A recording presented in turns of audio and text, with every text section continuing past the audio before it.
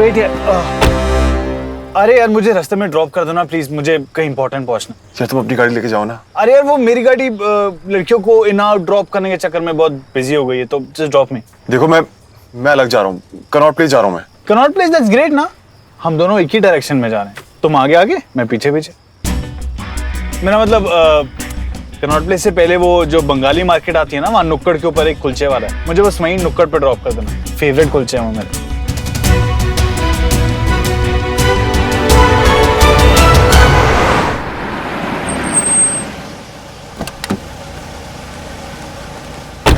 Thanks बढ़िया, इतनी favour कर रहे हो यार, एहसान चुकाना मुश्किल हो जाएगा मेरे लिए।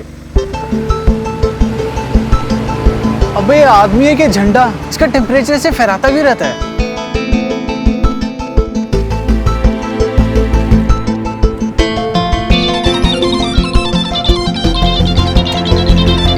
कम ऑन यार, आदमी का ध्यान कहाँ पे रहता है, फोन भूल गया मैं यहाँ पे।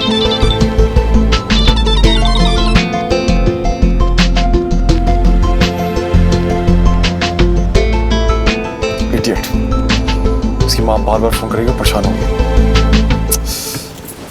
आंटी आप एकदम सही टाइम पर दिल्ली आई हैं। आई एम सो हैप्पी, लेकिन आई एम सो सॉरी मैं आपसे मिल नहीं पाई। वो शादी की इतनी तैयारियां है ना, इसलिए। कोई बात नहीं बेटा, शादी का घर है, इतने सारे काम होते हैं और तूने तो सारी जिम्मेदारियां ले रखी है। I understand. लेकिन हम मिलेंगे जरूर, आप मुझसे बिना मिले जाइएगा मत। हाँ बाबा पक्का, मैं काम के सिलसिले में कुछ दिनों के लिए दिल्ली में ही हूँ। शादी खत्म कर ले, फिर फुर्सत से मिलते हैं। बिल्कुल जी। अच्छा बेटा मैं रखती हूँ। Okay aunty. सुमन जी बात सुन, तिवारी जी की तबीयत का जरा ख्याल रखना। हाँ जी।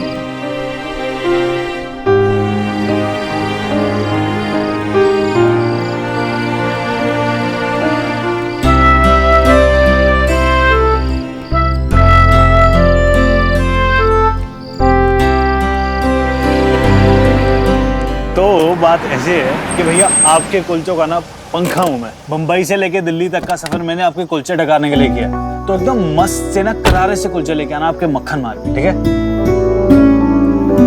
अरे तुम्हारा फोन गाड़ी में रह गया। Oh my God, thank you so much man. Seriously यार, आज तो तुमने इमोशनल करने का इरादा बनाया हुआ पूरा। हाँ इतना प्यार, क्या क्या चक्कर क्या?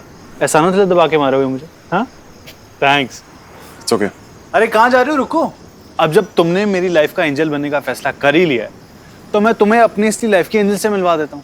मेरी गर्लफ्रेंड नंबर 1 अभी आने वाली होगी। वैसे तुम बहुत लकी हो जो तुम्हें मिलवा रहा हूँ, मैं हर किसी को नहीं मिलवाता हूँ, बहुत स्पेशल है। Thanks but not interested. तुम अपने करारे कुलचे खाओ, और हाँ अपनी मॉम को जरूर फोन कर लेना। Okay dude. अरे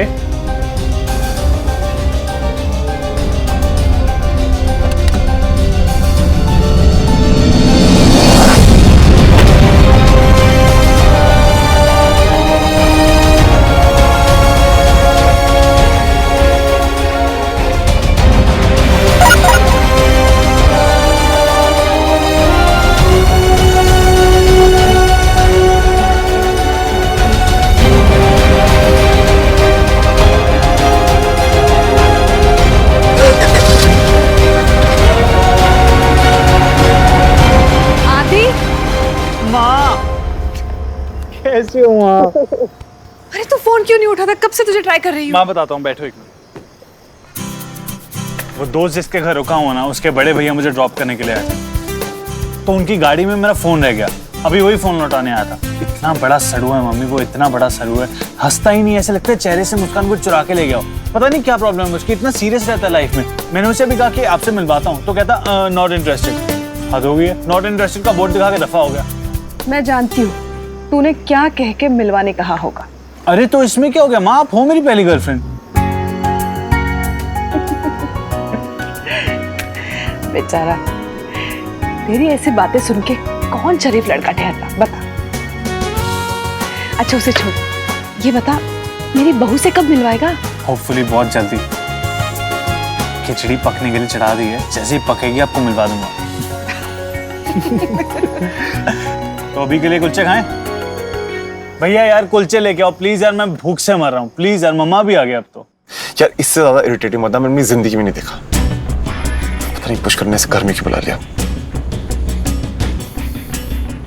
लेकिन मैं इस पे गुस्सा क्यों रहा हूँ? It's not even worth it. गुस्सा तो मुझे सुमो पे होना चाहिए।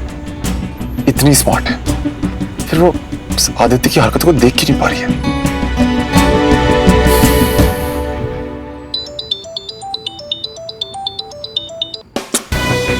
सुमो फिर फोन नहीं उठा रही है। हुआ क्या है? Damn it. नानू, आपने कहा था आपकी शादी के टाइम पर 3 दिन लड़की वालों के यहाँ बारात रही थी। कैसे मैनेज किया होगा ना? नानी के घर वालों की तो बैंड बज गई होगी, है ना?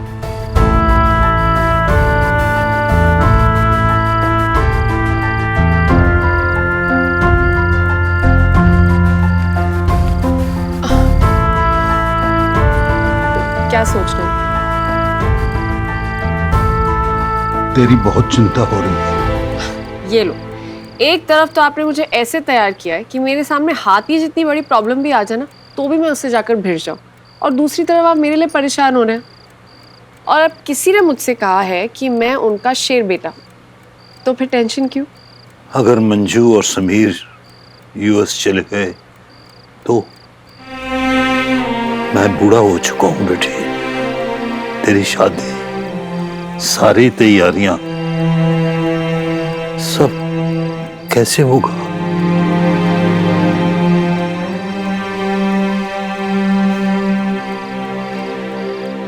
पहली बात तो मेरे नानू हैंडसम और यंग है, कोई बूढ़े नहीं है। और दूसरी बात, नानू, मामी जी भैया की तबीयत को लेकर थोड़ा ज़्यादा घबरा गई है, इसलिए ज़िद कर रही है। लेकिन आप बेकार में परेशान हो रहे हैं। आपको लगता है कि वो 2 दिन भी यूएस में रह पाएंगी?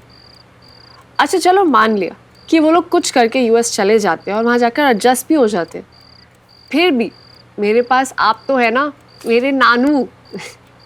और आपको पता है कि आप 10 लोगों के बराबर है, इसलिए मुझे तो कोई टेंशन नहीं है। बेटे, मैं कोई अमर रहने का वरदान लेकर तो नहीं आया। ये शरीर मिट्टी का है, हर पल झड़ रहा है। एक दिन टूटेगा तो ही, जाना तो पड़ेगा ही। प्लीज नानू, आप ऐसे मत बोलिए। कहीं नहीं जाने दूंगी मैं आपको, समझ रहे आप ऐसा ख्याल भी अपने मन में नहीं लाएंगे। मुझे समझ नहीं आता आप ऐसे बोल भी कैसे सकते हैं। बोलने से पहले ये तो सोच रहे थे कि अगर मेरा क्या होगा। नहीं, चुप, मैं भी ऐसे क्यों बोल रही हूँ। आप बस प्रॉमिस कीजिए कि आप फिर कभी ऐसी बात अपने दिमाग में लाएंगे भी नहीं, कभी भी नहीं। चलिए।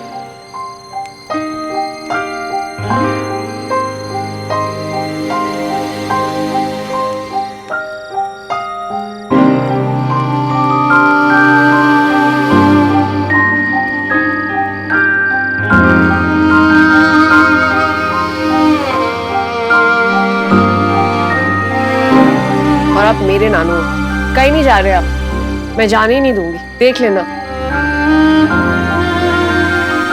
नियति है बेटे, इससे शरीर नहीं लड़ सकता।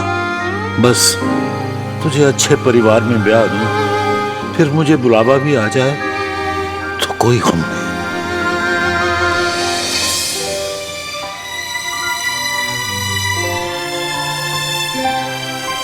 मैं कोई अमर रहने का वरदान लेकर तो नहीं आया। ये शरीर मिट्टी का है, हर पल झड़ रहा है। एक दिन टूटेगा तो ही, जाना तो पड़ेगा ही।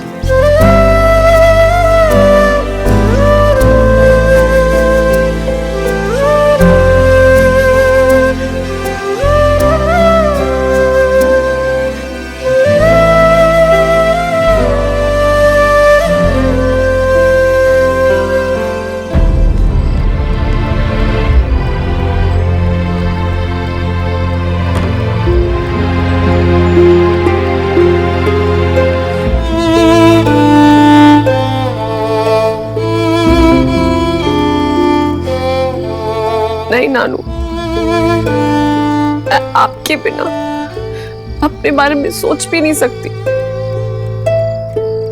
दुनिया का जो भी दस्तूर हो नानू, लेकिन आप अपनी सुमन के पास हमेशा रहेंगे, हमेशा।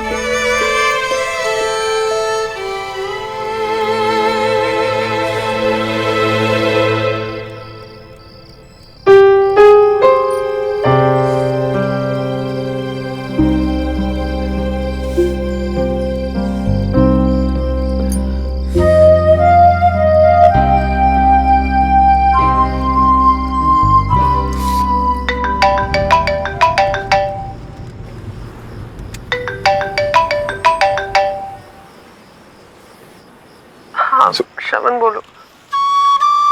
सुनो, क्या हुआ? कुछ भी नहीं, तुमने फोन किया था। तुम बताओ, हुआ क्या है? तुम रो रही थी ना? नहीं, मैं ठीक हूँ, मुझे कुछ नहीं हुआ। तुम्हें लगता है तुम मुझसे झूठ बोल पाओगी? सुनो, कोशिश भी क्यों करती हो? तुमसे कुछ भी छुपाना बहुत मुश्किल है श्रवण। कैसे कैसे पढ़ लेते हो मुझे?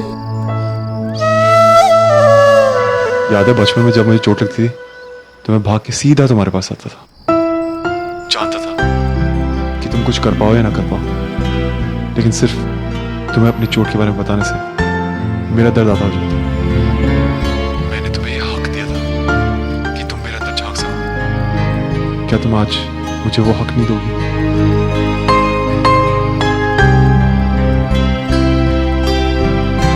श्रवण, नानू ऐसे कैसे बोल सकते हैं? क्या बोला? वो कह रहे हैं कि वो मुझे छोड़ के चले जाएंगे। श्रवण, नानू मेरे लिए सब कुछ है, माँ पापा सब कुछ। मुझे नहीं पता मैं उनके बिना क्या करूंगी। नहीं जी पाऊंगी मैं उनके बगैर, नहीं जी पाऊंगी। सुनो, कहीं नहीं जाएंगे वो। जानते हो, तुम्हारा प्यार तुमसे ऐसे बांध देता है, तुम्हें छोड़ के जा ही नहीं सकता कोई।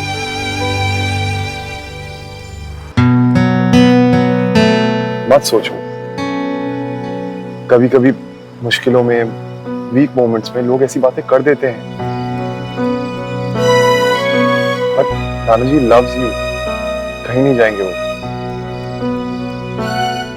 श्रवण, लेकिन अगर उनको कुछ हो गया तो मैं तो एकदम अकेली पड़ जाऊंगी। ऐसा सोचना भी मत, तुम कभी अकेली नहीं होगी, आई प्रॉमिस यू।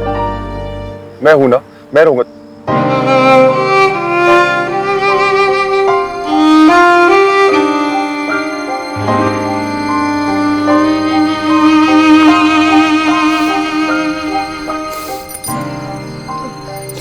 मैं ठीक हूँ अभी। तुम बताओ, तुमने फोन क्यों किया था, क्या बात है?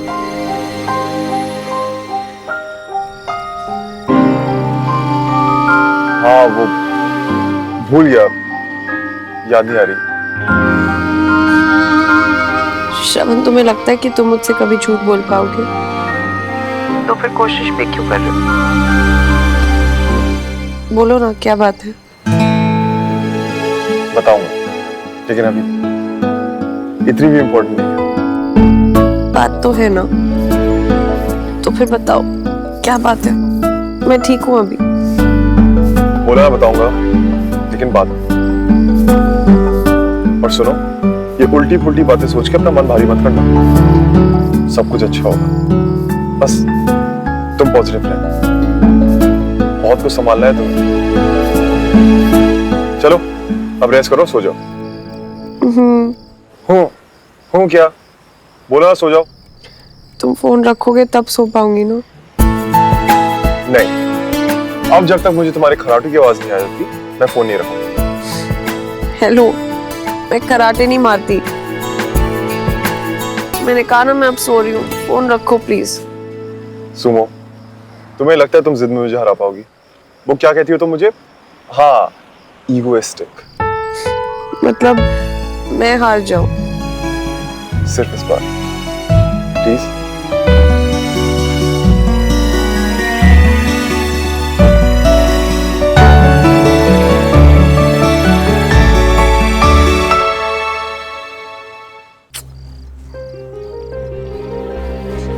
भैया का फोन अभी भी स्विच ऑफ है। कोई शादी शुदी का कोई काम शाम तो नहीं था जिसको करने के लिए लंबा निकल गया? वो कुछ याद है किसी को? मुझे ऐसा कोई कम नहीं था। लेकिन 10:30 बजे तक तो मैंने श्रवण को उसके कमरे में ही देखा था। वॉचमैन से पूछो उसने श्रवण को कब देखा था। Hurry up. साहब, श्रवण सर 11 और 11:15 के दरमियान निकल चुके थे। अरे हमने श्रवण के दोस्तों से तो पूछा ही नहीं, क्या पता कोई पार्टी वार्टी में गया होगा। मैं एक बार फोन कर लेता हूँ। हेलो,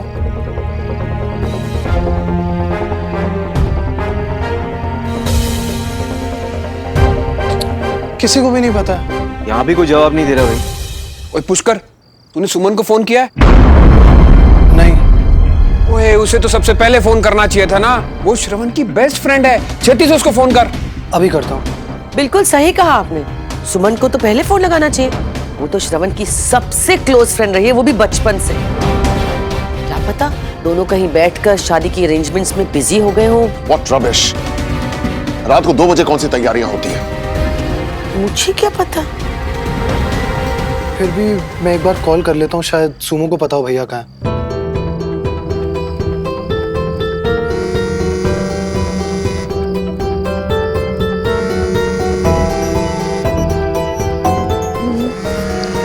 श्रवण, पुष्कर, इतनी रात को? हाँ पुष्कर। अरे सुमो, एक्चुअली ना भैया अभी तक घर नहीं आए। तो तुझे कोई आइडिया है कि वो कहाँ पर गए होंगे? क्योंकि मैंने उनके सारे फ्रेंड्स को भी कॉल किया था, उन्हें भी कुछ नहीं पता। नहीं यार, मुझे तो कोई आइडिया नहीं है। मेरी उससे शायद लास्ट 11:30 बजे के आसपास बात हुई थी। अरे 11 बजे तो वो यहाँ से गाड़ी लेके निकले यार। मतलब श्रवण कार में बैठ के मुझसे बात कर रहा था। हे भगवान, कहाँ हूँ श्रवण? कहीं तुम्हें कुछ? चल कोई नहीं, मैं किसी और से पूछता हूँ। बाय। क्या बोली? उसे भी नहीं पता। तुम इतनी रात को कहाँ जा रहे थे? अब तक घर क्यों नहीं पहुंचे?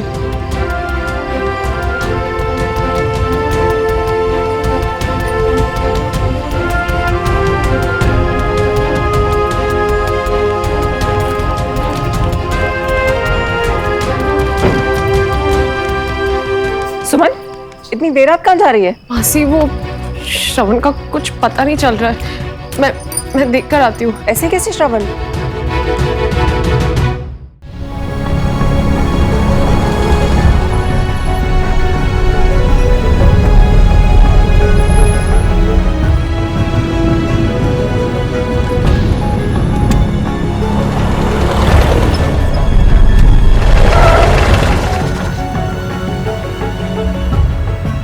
नहीं, ये तो उसकी गाड़ी नहीं है।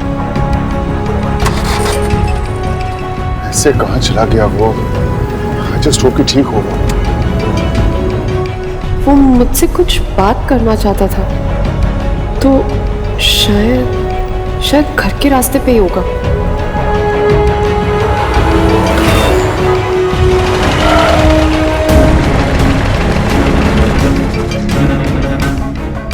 हाँ सुमो। पुष्कर सुन, ये श्रवण की गाड़ी मेरे घर के रास्ते में ही है। वो जो बड़ा पोस्ट ऑफिस है ना, हाँ उसके पास। ठीक है, मैं आ रहा हूँ। बाय।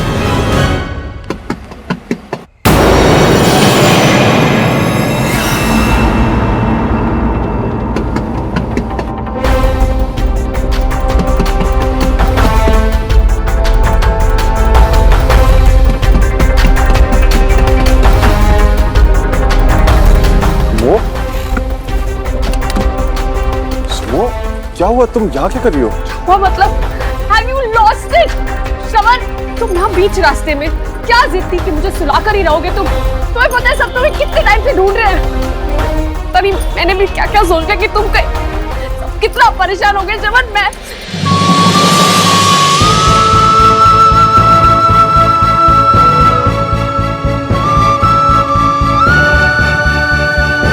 प्लीज ऐसे दोबारा कभी मत करना, कभी नहीं, प्लीज। ठीक है पापा, नहीं करूँगा। ओके भैया